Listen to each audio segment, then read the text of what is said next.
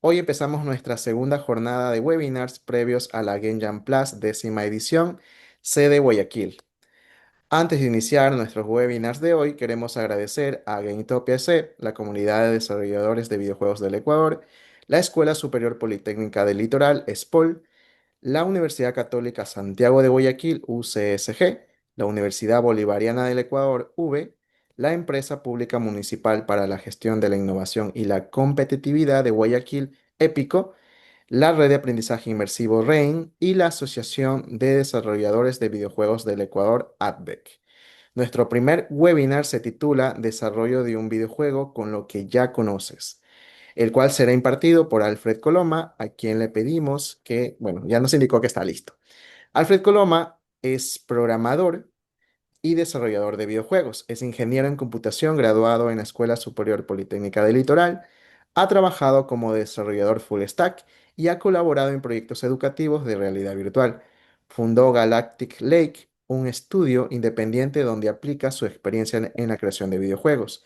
Desde sus inicios como con Game Maker, pasando por Unity y luego a Unreal Engine, siempre se ha dedicado a investigar y perfeccionar el arte del desarrollo, especializándose ahora último en Godot Engine, motor con el que lanzó su primer juego en Steam denominado Struggle. Alfred, podemos empezar. Hola, ¿qué tal? Muchas gracias por invitarme. Primero quisiera saber si se ve bien porque no sé por qué mi segunda pantalla no vale, así que no puedo ver el Sí se chat ve. y no puedo ver lo que está presentando, pero quisiera saber si se escucha y se ve lo que estoy presentando. Sí, yo sí veo. No sé, pueden confirmar el resto por el chat si ven, si se ve claro. Si confirman, sería chéverazo. Que se ve en grande porque también puede ser que se vea en chiquito en una esquina. Sí se ve bien para mí. Ok, Aparentemente puedes empezar. igualmente, igualmente voy empezando, ¿ya? ¿Podrías desarrollar videojuegos con lo que conoces ahora mismo? Vamos a estar hablando de eso. Primero, este soy yo, Alfred Coloma. Estoy en mi hábitat natural. Soy una persona muy introvertida y paso 24/7 prácticamente haciendo lo que me gusta, desarrollar videojuegos. Soy un total fricardo. Si es que no tuviera que levantarme a comer o a dormir, pues estaría aquí todo el día. Eventualmente salgo a tocar césped, ¿no? Y a conocer personas en eventos como este. Y esto será relevante. Y cuando conozco gente, me gusta saber que les gusta, que les apasiona lo que hacen, las cosas que les apasiona lo que hacen. Fundé Galactic Lake este año y ya lancé mi primer juego, Struggle. Está en Steam si es que lo quieren ir a comprar. Tengo otras demos, otras pruebas en itch.io o en Android, pero en Android no me busquen porque tengo juegos muy malos. Y por si acaso, Struggle se va a actualizar a la versión 2.0 el próximo año, en enero o febrero, depende, todavía no tengo fecha anunciada. Pero ¿qué es lo que quiero hablar hoy? ¿De qué es lo que quiero hablar hoy? Pues como mencioné antes, conocer gente que ama lo que hace me gusta y generalmente cuando los conozco en eventos como este caen en muchos estereotipos. A veces son programadores, son artistas, son músicos que quieren expandirse un poco en el área de videojuegos, ¿verdad? Siempre son disciplinas distintas y distintas artes en las que están todos metidos. Yo siempre digo, un videojuego sigue siendo la máxima convergencia de la materia artística. Esto lo digo yo, nadie, no lo respalda nadie, solo lo digo yo. ¿Y por qué? Porque usamos la programación para unir los pilares de lo que formaría un videojuego, que sería el arte visual, lo auditivo, lo kinestésico e incluso lo emocional, ¿verdad? Y en esta charla quiero saber tú, o sea, espectador, el que me está viendo, ¿en qué posición estás? ¿Dónde estás parado en este momento? ¿En dónde encajas? Si es que eres un artista 2D o un artista 3D, si es que programas, de pronto eres guionista, ¿cuál sería tu expertise? Si es que estás ubicado en dónde estás tú. Y quiero decir que como paso 24/7 en Internet, he encontrado personajes que quizás conozcan, los voy a presentar ahora, que encajan en estos perfiles, ¿verdad? A lo mejor encajan y te puedes identificar. No sé si es que los conozcan. De pronto, si es que los conocen, pongan en el chat. Bueno, no todos son youtubers, ¿verdad? Este es Ginchu. de pronto lo conozcan. Él ha pasado más de 8 años desarrollando su videojuego, el que se ve ahí. Se llama Gendo Quest. Tiene sistemas complejos. Tiene en 30 horas creo que se acaba el juego con todos los sistemas que un RPG tiene. Digo, ha pasado 8 años programándolo, pero el videojuego se ve así. O sea, es el típico estereotipo de es el programador y le falta muchas otras cosas, ¿verdad? Yo lo he jugado y no destaca ni en arte ni en música, pero la tiene y lo ha hecho. De hecho, es sorprendente, 8 años haciendo un juego y ya pues, y incluso es gratuito, se puede descargar. Por otro lado, el otro extremo, él es Germán Coronel. Él creo que tiene 2 años nomás en YouTube. Sus videojuegos se ven increíbles. Aquí están, creo que sí pueden ver el mouse. Eh, Se ven increíbles, tiene unos ambientes chéveres. Él es modelador 3D. De hecho, es profesor en México. Pero si es que juegan sus primeros juegos, y hablo de los primeros, se sienten así. O sea, este juego no lo hizo él, este es el Resident Evil, ¿no? Se sienten como un movimiento. Bueno, el Resident Evil se manejaba como con movimientos tanques, ¿no? Que con las flechas girabas y luego avanzabas. No exactamente, pero digamos que no se siente una muy buena jugabilidad, pero se ve increíble. Actualmente ha mejorado y de hecho es una gran promesa. Yo les recomendaría que lo busquen en YouTube porque está haciendo juegos actualmente. Por otro lado tenemos a este tipazo, Alba Mayo. Lo encasillo en el estereotipo del diseñador porque él es el típico que se pasa mucho jugando y al rato te dice, sabes, yo haría esto de esta manera, y, cambiaría esto, me inventaría esto para hacer mejor el juego, ¿no? Y de hecho él es el que tiene los juegos más distintos, más creativos. Él no era ni artista, ni programador, ni nada, pero cuando se topó con querer hacer desarrollo de videojuegos, aparte de la historia que tiene, que también se puede encontrar en YouTube, por ejemplo, este juego, el primero que hizo públicamente, que se llama Mayotori, lo hizo en un solo script. Abrió Unity y no sabía utilizarlo, aprendió medio a programar, no sabía ni lo que era una clase y programó todo el juego en un solo script. Y ese juego se está vendiendo. Así que de donde salgas puedes hacerlo tú también, ¿no? Él no es youtuber, de hecho, él es una eminencia total. Story Fox, espero que lo conozcan. Si no lo conocen, no sé qué hacen en esta charla. Bueno, él era músico, o comenzó siendo músico. Hacía música para unas webcomics, y luego se pasó a hacer Undertale y aprendió a programar mientras hacía Undertale. Gráficamente, bueno, ahorita tiene su propio estilo, ¿no? Si es que uno ve Undertale y ve otros juegos parecidos a Undertale, dices, tiene el estilo de Undertale. Pero hay juegos así en 2D sencillos que son como muy genéricos y casualmente el de Toby Fox, digamos que tiene su propio estilo, a pesar de verse un poco infantil, podrían decir algunos, pero ya tiene su estilo. Este es otro que también tiene canal de YouTube, Kiko Martínez, pero realmente él sí se dedica a desarrollar videojuegos actualmente, pero él era fisioterapeuta. Cuenta él que en sus videos, ¿no? Cuenta él que le fue bien en su carrera, en todo, pero quiso lanzarse a lo que es el desarrollo de videojuegos. No sabía mucho, así que tomó unas clases de Unity, unas clases de Blender, compró unos assets en la Unity Assets Store, este es su primer juego, y creó unos escape rooms que los está vendiendo, y ahorita se están vendiendo. Creo que este es su último juego, sí, ya digamos que tiene más cosas, amplió mucho más, pero él lo que está haciendo es vender escape rooms. Estás dentro de un lugar y tienes que hacer los diferentes puzzles para abrir puertas y todo eso y salir, ¿no? Y aparte tienen una historia. Y te vuelvo a preguntar, ¿dónde estás tú? Si es que de pronto te identificaste en algún lugar o quisiste llegar a algún lugar, de seguro ya te identificaste. Pero la siguiente pregunta sería, ¿cuánto conoces de dónde tú estás, ¿no? ¿O qué es lo que te hace falta? Porque con todo esto se siente como que necesitas saber mucho de la otra parte, de las otras áreas, o bueno, si desconoces, sientes que te falta mucho por conocer, ¿no? Para poder lanzar algo.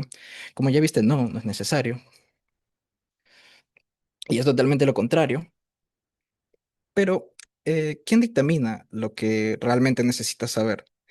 Y aquí sí es importante, porque esto es una muy buena pregunta. Y quisiera repasar un poco la historia de lo que se ha necesitado, ¿no? A lo largo de la industria, a lo largo de la historia de la industria. Comenzamos por hace muchos años. No sé cuándo y no voy a dar una fecha porque no me acuerdo cuando obtuve esto. Lo más importante era la narrativa. Claro que programar todo esto era complicado en su época, supongo, porque yo no he estado ahí, ¿no? Yo comencé de chiquito con Pokémon, esto no era para mí, pero lo más importante en esos juegos era la narrativa. Un juego era bueno si tenía una buena historia que contar, tenía una buena narrativa, ¿no? Hoy en día se desprestigia un poco lo que es la narrativa, es como que se pone a segundo lado versus todo lo inmenso que se tiene que hacer dentro de un videojuego, pero todos los juegos tienen narrativa y deberían tener narrativa, porque, por ejemplo, si Minecraft, por ejemplo, no tuviera narrativa, fuera un software de edición de voxeles.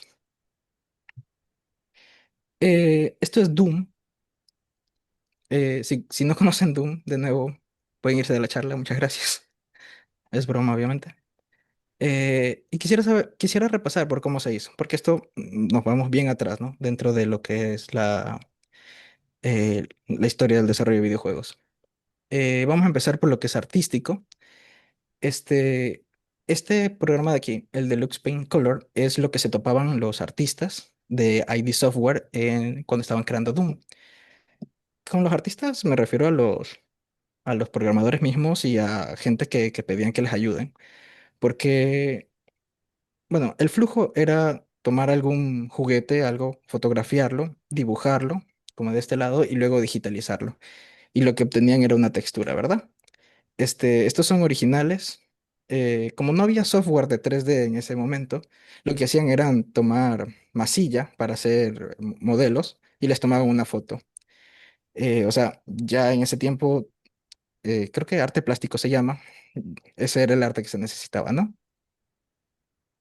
Y estos son originales, o sea, esto no se hizo después de Doom, esto se hizo para crear Doom. Y estos bocetos creo que los hizo el hermano de John Carmack, que es el programador principal de Doom en ID Software en ese tiempo.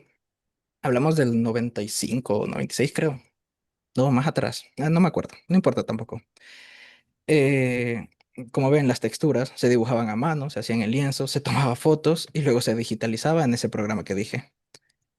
Incluso tenían juguetes y cosas así que tomaron de referencia, ¿no? Para luego dibujar por encima. Eso eran los artistas. Para los programadores, esto es lo que llegaba al motor. Llegaba en una biblioteca de, de texturas, que solamente eran texturas, solo eran imágenes y que tenían que recortar y poner dentro del motor. Pero lo que veía día a día John Carmack, el programador principal, era esto. Este es el software que él desarrolló en ese tiempo, ¿no? Después de desarrollar el motor de Doom, que era el que iba a renderizar todo, desarrolló este software para poder editar los niveles, que se parece mucho a uno que se llama Trench Room, que es para, bueno, cosas curiosas que quizás lo diga después. Eh, Estos son software modernos. De hecho, el de acá, este de aquí es un software moderno. Es el mismo de aquí, de estos dos de aquí, para ver las cosas en 3D de cómo Doom lo iba a representar, pero realmente en esa época no tenían cómo verlo, ¿no? Esto que se está viendo es cómo se eleva el piso de un nivel de Doom. En su tiempo, John Carmack lo que hacía era en este numerito subirle bueno, aquí es el ceiling, acá es el floor, ¿no? El nivel del piso, subirlo o bajarlo. Eh, Bueno, me iba a meter un poco en cómo funciona el renderizado de Doom y toda la cosa. El punto es que no era 3D, era 2D y el motor lo que era hacía simularlo. Tampoco me voy a explayar mucho. Nuestro asunto aquí con esto, lo que quería decir realmente está en los archivos. Existe el motor de Doom y luego existen los archivos que se ponían por encima del motor de Doom, que eran los archivos WAT. Los IWAT eran los internos, los que manejaba el motor mismo, y los PWAT eran los parches, los que se ponían encima. Ahí es donde se modelaba, perdón, donde se hacía los niveles, donde estaban las texturas, los paquetes de carpetas y todo. Y esto va a tomar relevancia ya mismo, que lo voy más adelante, pero ténganlo en la cabeza. Los archivos ahorita son importantes. Entonces se hacía. Se hacía como en el Mario Bros. En su época, que digamos lo dibujaban en papel o en la cabeza, y luego dentro del programa lo que hacían era literalmente programarlo, ¿no? Ponerle las coordenadas de todos los bloques y todo eso, porque no se podía editar porque no había computación para hacer eso. A eso me refiero con que lo hacían así y después corrían Doom y ahí es donde se mostraba esto, ¿no? Ya después vino lo que es realmente el 3D. Ya hay polígonos, animaciones, texturas, efectos de luces y todo eso, ¿no? Y, uy, falta una imagen ahí. Aquí es el meollo del asunto porque aquí se comienza a perder, bueno, yo en su tiempo me perdí en cómo funciona el tema de materiales y texturas en todo esto. Porque cada motor tiene su propio sistema de, de, de polígonos. Por ejemplo, un archivo de 3D era diferente leído en Quake, diferente leído en Unreal, parecido en Half-Life, porque el de Quake y el de Half-Life son muy parecidos los dos motores, pero había muchos más motores, ¿no? Y para ese tiempo, cuando ya comenzaron a haber juegos de este estilo, ya existían software de 3D.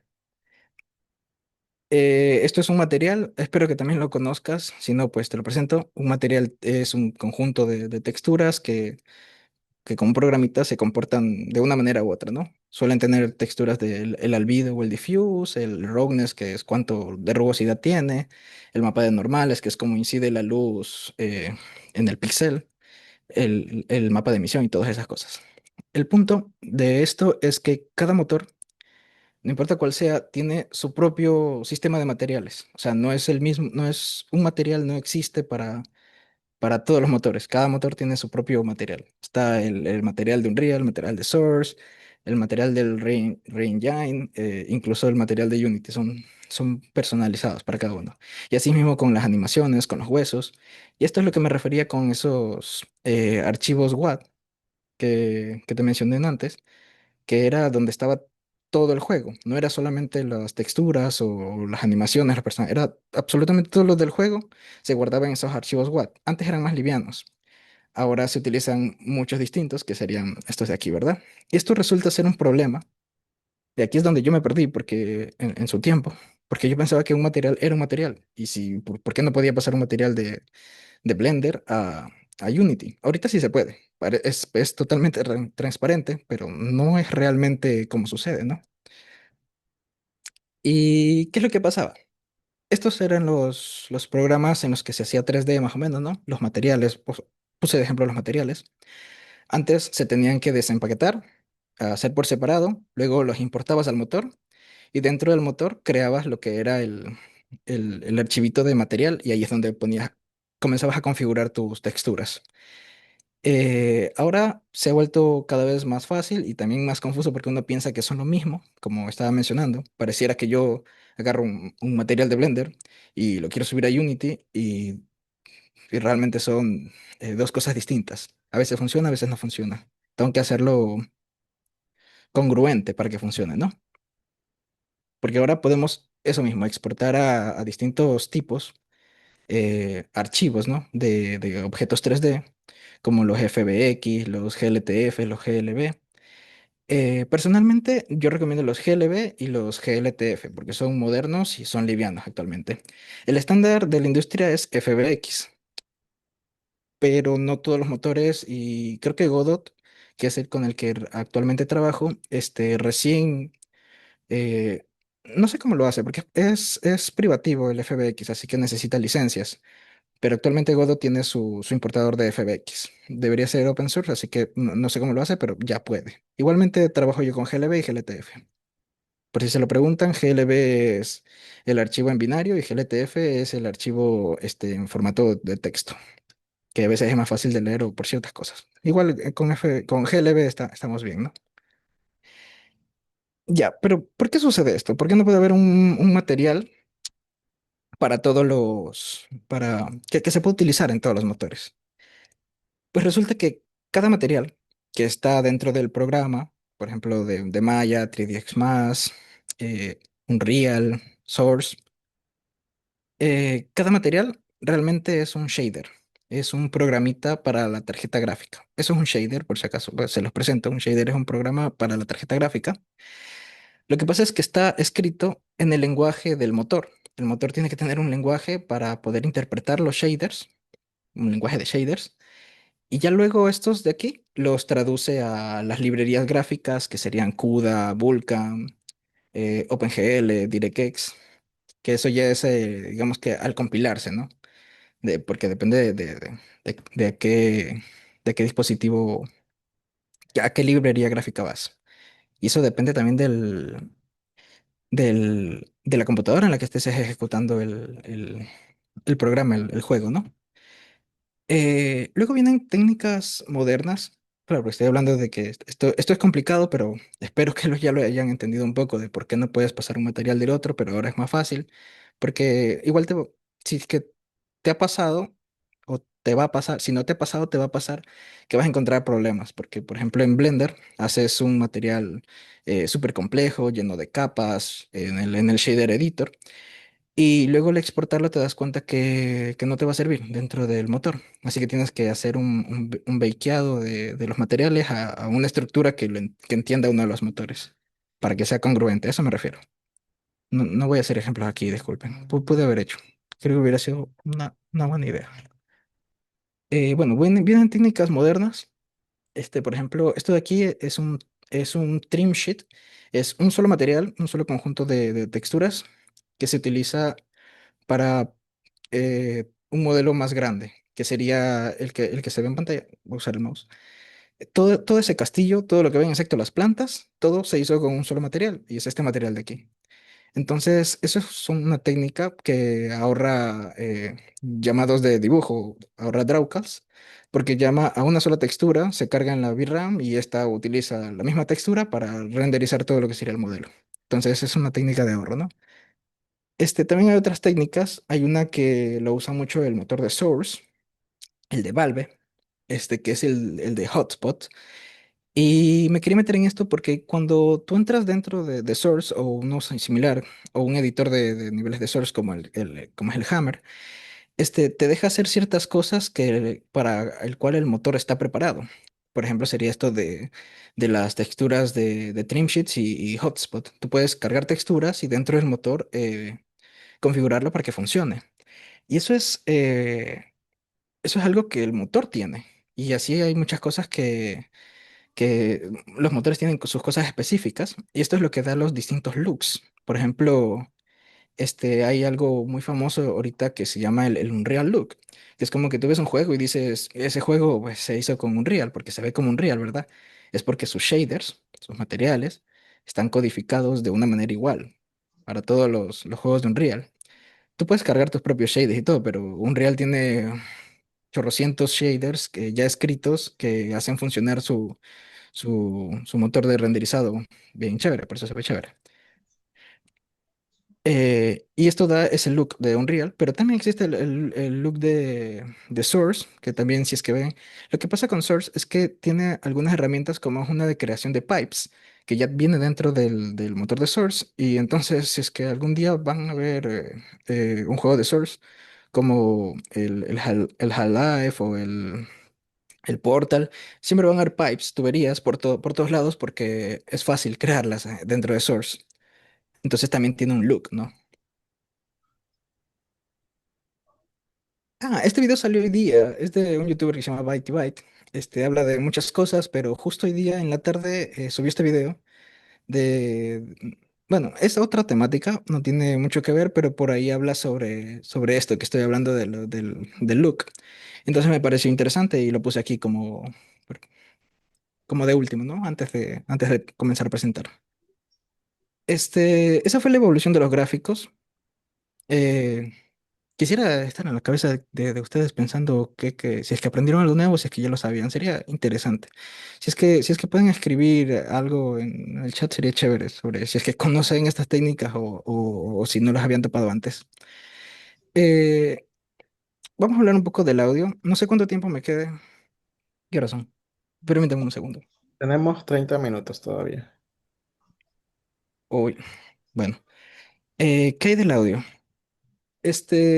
Debería hablar un poco más tendido sobre esto, pero yo recorté las diapos porque pensé que no me iba a alcanzar mucho tiempo. Igual voy a recorrer más o menos, ¿no? Eh, Quería hablar un poco sobre las formas de onda, cómo funcionan los archivos de audio y hacer una comparación entre cómo se ejecutan y todo, pero no lo voy a hacer, lo siento. Pero tengo ciertas recomendaciones y cosas que decir al respecto. Si es que están empezando, generalmente la parte del audio se deja muy al lado, pero es un área bastante grande, la verdad. Y si es que quieren hacer cosas gratuitas, yo recomiendo una de estas tres para empezar. De principio, Audacity, que ahorita va a sacar su versión 4 que ya se parece más a un software de producción que a uno solo de grabar y editar fácilmente. Este, Igualmente recomendaría que si es que se van a meter un poco del audio, estudien eh, no solo de grabar y subirlo al motor, sino creo que en una charla del día anterior mencionaban sobre que hay que hacer compresión e igualar sonidos y todo eso, ¿verdad? Todo eso es bueno que se estudien eso por encima, estudiarlo por encima no es demasiado complicado y te hace entender que a veces sí hay cosas que tienes que cambiar en el audio. Aprender sobre loudness y sobre audio dinámico en videojuegos, ya voy a hablar sobre eso. No he hablado sobre estas otras dos, el Waveform Detraction, que es un software de producción completo y es gratuito totalmente. En su momento lo probé, pero me corrió un poco lento. Tiene un montón de cosas y me corrió un poco lento. Así que mi favorito actualmente era el Cakewalk, pero el antiguo, no el nuevo, porque el nuevo cuesta. Y este antiguo es totalmente gratis y es 100% funcional. Y ahí es donde puedo aplicar cosas. Ese y el Audacity son los que he usado. Ahorita uso el de Presonus, pero ese cuesta y yo no lo compré, sino que me vino gratis por unas cosas que compré. El audio dinámico en los videojuegos. ¿Cómo se hace? Estas son las prácticas comunes ahorita en la industria. Existen dos bandos, ¿no? Los que utilizan WWISE y los que utilizan Fmod. Yo personalmente no los recomiendo ni para indies ni para medianos porque digamos que es como ir overkill, ¿no? Ir a mucho. Y actualmente, por ejemplo, en Godot ya tengo un sistema pequeño que me funciona perfectamente. Pero ¿cuándo funcionaría esto? De pronto, si es que alguien va a trabajar en alguno de estos estudios grandes y tiene su propio departamento de audio separado, pues a los ingenieros de audio pues preferirían ver algo muy similar a lo que es un software de producción que estar metiéndose en código para hacer las cosas de manera dinámica, ¿no?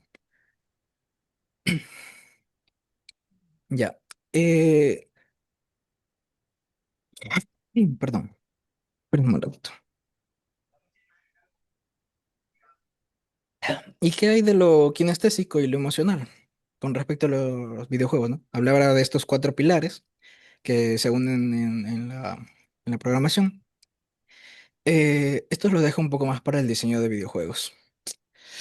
Y prepárense porque aquí les viene, esto es de verdad que es interesante. Estos son algunos modelos psicológicos. Estos son de motivación y del comportamiento humano. Tenemos, por ejemplo, estos primeros cuatro que son el framework Octalysis, que habla sobre un loop de recompensa. Esto no los voy a explicar muy bien, pero voy a decir para qué podrían servir si es que los desean buscar. Habla mucho de un loop de recompensa. Vuelta, el de Self-Determination Theory habla sobre cómo el jugador tiene una mente de selección, de saber qué estrategias utilizar. Y claro, como desarrolladores de videojuegos tenemos que tener en cuenta que tenemos que tener el control de lo que el jugador está jugando. Entonces un desarrollador tiene que saber en cada momento qué es lo que va a pensar el jugador. Así que aunque el jugador sienta que él tiene la estrategia y él sabe lo que quiere hacer, el desarrollador es el que lo deja hacerlo. Así que este es muy bueno. Behavioral Design. Habla sobre los pequeños estímulos que se tienen para hacer seguir adelante, ¿no? Para, para hacer avanzar una pequeña historia. No me gusta mucho, el Hooked Model, porque lo usa mucho en redes sociales, que es sobre la adicción supuestamente positiva, que es de ir repitiendo ciclos de ganchos. No me gusta mucho, la verdad, como lo comento, como hacen las redes sociales en nosotros. Sin embargo, Voy a presentar algunos más que son parecidos. Algunos modelos cognitivos de aprendizaje, por ejemplo el Flow Theory. Este se habla mucho, y lo he visto bastante en presentaciones. Habla sobre cómo mantener al jugador en el flow, ¿no? Si es que es algo demasiado relax, puede ser algo muy aburrido, o si es algo demasiado difícil, puede llegar a la ansiedad, a ser molesto y cosas así, ¿no? El Cognitive Load Theory habla sobre cómo aprendemos, el ciclo de aprendizaje que tenemos. Este también es muy interesante para hacer diseños de juegos completos, porque hay que tener un lenguaje concreto dentro de lo que el jugador va aprendiendo, cómo se le van quedando las habilidades y cómo utilizarlas, ¿no? Eh, Conditioning, este es muy conocido. Este habla sobre la caja de Skinner, ojalá alguno lo haya escuchado antes. Es sobre cómo condicionar el comportamiento de los demás. Este, este es bien feo, pero, pero funciona. Luego tenemos algunos modelos emocionales, afectivos, como el de Emotional Design, que habla sobre las diferentes, algo así era, algo de las diferentes etapas de cuando quiero algo, preguntarte si es que lo puedes hacer y mostrarle esas señales al jugador para que lo pueda hacer, ¿no? Bueno, la verdad es que son algunos, no me lo sé todas, ni de hecho este no es mi campo, pero si es que quieren averiguar sobre ellas, que es súper interesante este campo, y de hecho estoy recién metiéndome en esto, de la psicología del jugador, ahí está, esto es chéverísimo. Y gracias de momento, iba a ser la charla un poquito más larga, pensé que no me iba a alcanzar el tiempo, pero pues ahí me fui como bala y aquí estamos, ¿no? Listo, muchas gracias, Alfred. No sé si los asistentes tienen alguna duda, algo que quieran preguntar. Les comento un poquito más de Alfred. Él es programador, entonces también sabe mucho del tema de programación. ¿Con qué motores tú has trabajado antes? Creo que Hola, hola, todo. ¿se me escucha? Sí, sí se escucha. Sí, yo comencé con Game Maker. De ahí me pasé a Unreal, finalmente terminé en Unity y después me salí y estoy ahorita Ujú. totalmente en Godot. Oh, ya. ¿Y cómo comparas un poco estos motores? ¿Crees que Godot está bien como para personas que recién quieren crear su primer videojuego o recomendarías otro motor? Sí, de hecho, la verdad cualquiera podría ser viable, porque a nivel de dificultad de programación, por ejemplo, aprender Godot es súper fácil y es muy intuitivo, pero también es fácil los blueprints de Unreal. Lo que pasa es que ahí ya tienes que tener un poco más de conocimientos técnicos eh, sobre cosas del motor, porque los blueprints del motor, digamos que tienes que aprendértelos o buscar en la documentación. A mí me resulta un poco más pesado y yo prefiero escribir el script, que en Godot es más sencillo. Ya, y con respecto a, tú eres más programador, con respecto al diseño, ¿cómo normalmente tú resuelves las cosas? ¿Diseño de qué? De personajes, escenarios, no sé, Yo uso, bueno, ah, poco. perdón, no se te escuchó. Digo, tú Disculpa. diseñas, buscas assets, ¿qué es lo que normalmente harías? Bueno, haces. ¿Y qué recomendarías para la Jam? Para la Jam. Bueno, mi charla era no un poco tanto para la Jam, sino para ver qué juegos podrías hacer con lo que conoces, ¿no? Pero para la Jam usaría assets totalmente. Ya. Algo que no muchos saben, de hecho yo tampoco no sabía, era que en Fab, la tienda de, de modelos de Unreal, de complementos y todo eso, en la versión estándar de la licencia de Fab permite que uses los modelos en otros motores, no necesariamente dentro de Unreal. Ahora, tienes que importar a veces solo te los descargas, a veces tienes que importarlos a Unreal, exportarlos como FBX y luego recrearlos con las texturas y todo en un programa de edición como Blender. Y de ahí pasarlo a tu motor. O sea, es complicado, pero el punto es que se puede. A nivel de licencias. Ya. Y a nivel quizás de recursos, ¿tú sigues bueno, mencionaste a algunos youtubers, influencers o algo al inicio? Eh, ¿Tienes quizás algún canal donde tú aprendiste a hacerlo o cómo fuiste normalmente en tu etapa de aprendizaje?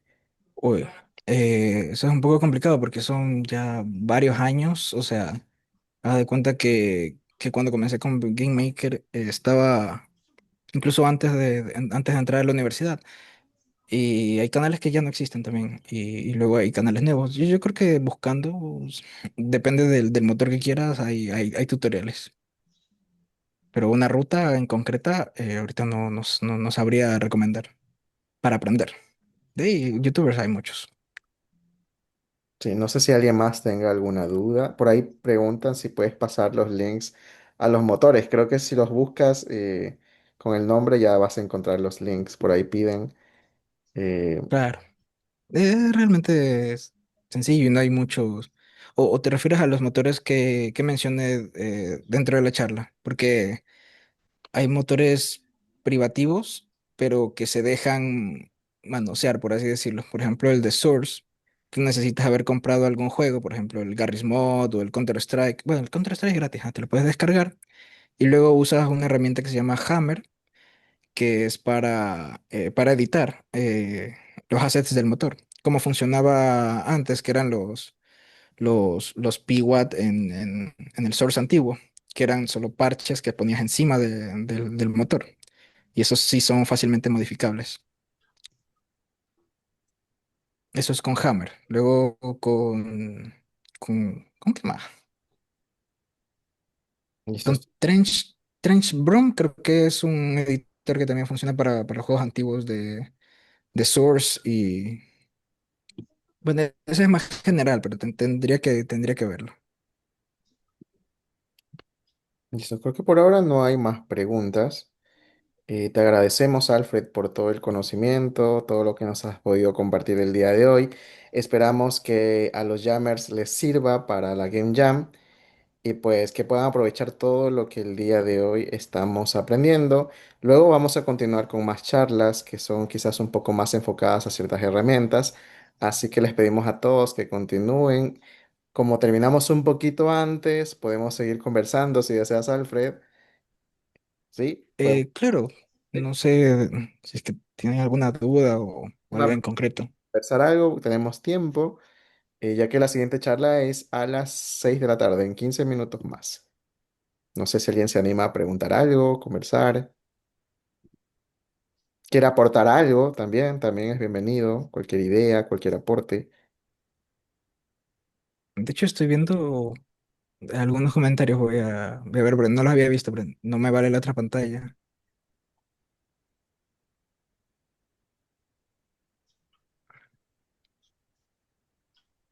Ah, sí, Germán es un crack. Ahora hace Twitch. No lo he visto en Twitch.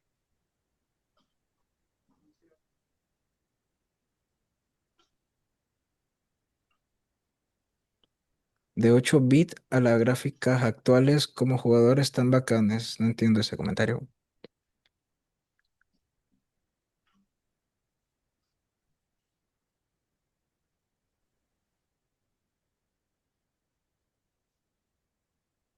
O, bueno, hay cosas que no entiendo todavía.